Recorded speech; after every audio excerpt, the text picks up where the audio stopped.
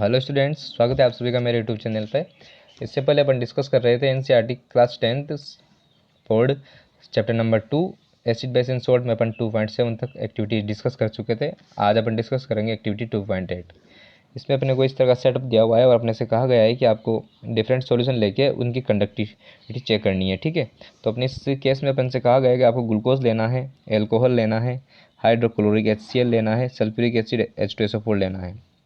और आपको देखना है कि ये एसिड जब लेते हो कि आप तो ये बल्ब ऑन होता है या नहीं होता है। ठीक है, तो इस तरह का सेटअप आपको तैयार करना है और अपने को लैब से ये सॉल्यूशन लेने हैं और ये कर लेना है यहाँ तक का इनका connect the nail the two terminal of 6 volt battery through bulb which and switch as shown figure. इस तरह का फिगर दिखाया है, इस तरह का सेटअप अपने को तैयार करना है। ठीक है, सबसे पहले इन्होंने अपन से कहा है कि नाउ HCl के साथ अपने को now pour some dilute HCl in the beaker and switch on the current. जब आप क्या करते हो, जब आप इसमें HCl डाल के स्विच ऑन करते हो, ये वाला स्विच ऑन करते हो, तो आप क्या देखते हो कि ये जो बल्ब है ये ऑन हो जाता है। और जब इस एक्टिविटी को आप सल्फ्यूरिक एसिड यानी कि H2SO4 के साथ भी करते हो, H2SO4 के साथ भी करते हो, तब भी क्या होता है कि बल्ब ऑन हो जाता है।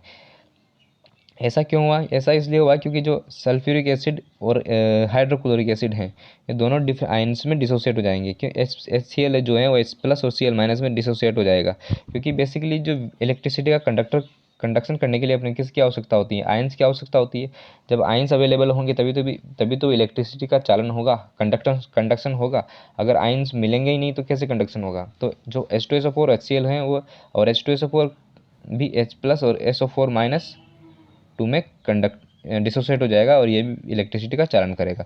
तो इन दोनों केसों में तो ये बल्ब ऑन हो जाएगा। अपन से पूछा भी तो यही गया है कि HCl डालते हो आप, तब आप क्या देखते हो? विद्युत का चालन होता है। रिपीट विद डाइल्यूट सल्फ्यूरिक, तब भी जब आप इस प्रोसेस को डाइल्यूट H2SO4 के साथ रिपीट करते हो, तब भी आप क्या देखते हो कि इस बल्ब का जो है फ्लो, बल्ब वापस ऑन हो जाता है। ठीक है, फिर वाट डू यू, ये दो चीज़ें अपन ने ऑब्जर्व कर ली। वैसे मैंने लिखा हुआ है, आपको प्रिंटेड में मिल जाएगा, आप टाइप में मिल जाएगा आगे, पर मैं बोल रहा हूँ। ठीक है, ताकि हिंदी मीडियम वाले बच्चे भी अच्छे से समझ पाए। अब अगला चीज़ इन्होंने अपन से बोला है, एक मिनट, हाँ, repeat the experiment separately with glucose and alcohol solution.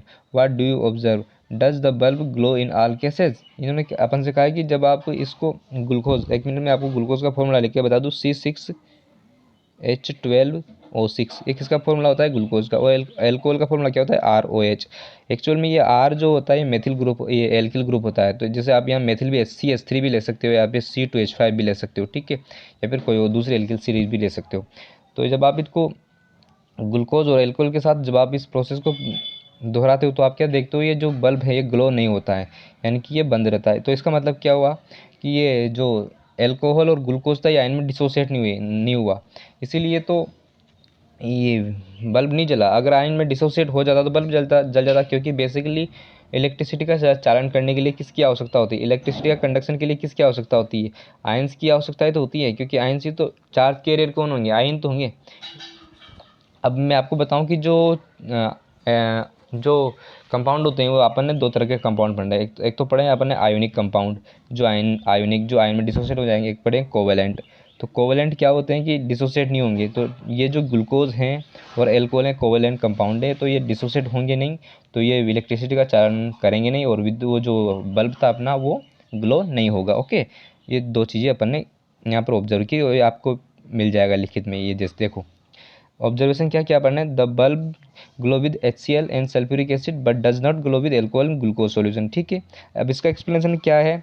Acid ions in water solution as result. क्यों? जब एसिड के आयन प्रेजेंट होते हैं वाटर सॉल्यूशन में, तो वो क्या होते हैं कि डिसोसिएट हो जाएंगे और फ्रीली कंडक्शन के लिए अवेलेबल रहेंगे। As result bulb glow.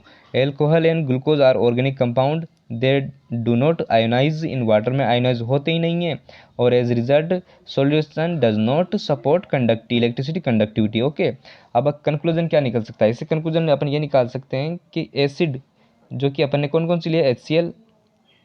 HCl लिया और H2SO4 लिया।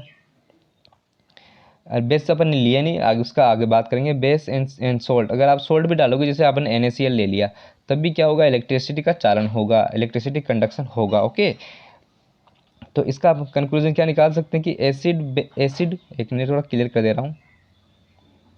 हाँ, acid base and salts increase the electrical conductivity of the water, ये इसका कंक्लूजन। एग्जाम में आपसे आ जाए इस तरह का डायग्राम देखे तो आपको ऑब्जर्वेशन तो ये जो बताया इस तरह का एक्सप्लेनेशन इसका इस तरह का देने है, और कंक्लूजन आपका ये रहेगा। कंक्लूजन ये रहेगा कि acid base and salts are the increase the electrical conductivity of the water. Okay, अब आपसे नेक्स्ट सवाल आपके एनसीईआरटी में दिया हुआ है इस तरह का है कि repeat the same activity using alkaline. Alkaline मतलब base.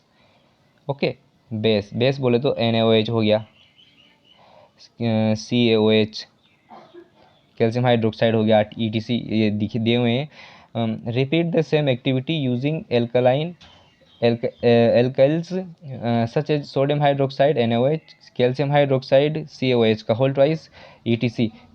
Watt can you conclude from the result of this activity. इससे भी अपन यही कंक्लूड कर सकते हैं कि जो, क्योंकि ये एल्कलाइन क्या एक्चुअल में NaOH और CaOH का होल ट्वाइस का बेस ही है, तो ये भी क्या करेंगे, वाटर की कंडक्टिविटी को बढ़ा देंगे। ये चीज़ें आपको ध्यान रखनी है। तो आप एनसीईआरटी में जो मैंने चीज़ें बोली इनको ध्यान रखिए। अगर कोई डाउट हो मुझे कमेंट सेक्शन में कमेंट करके जरूर बताएं।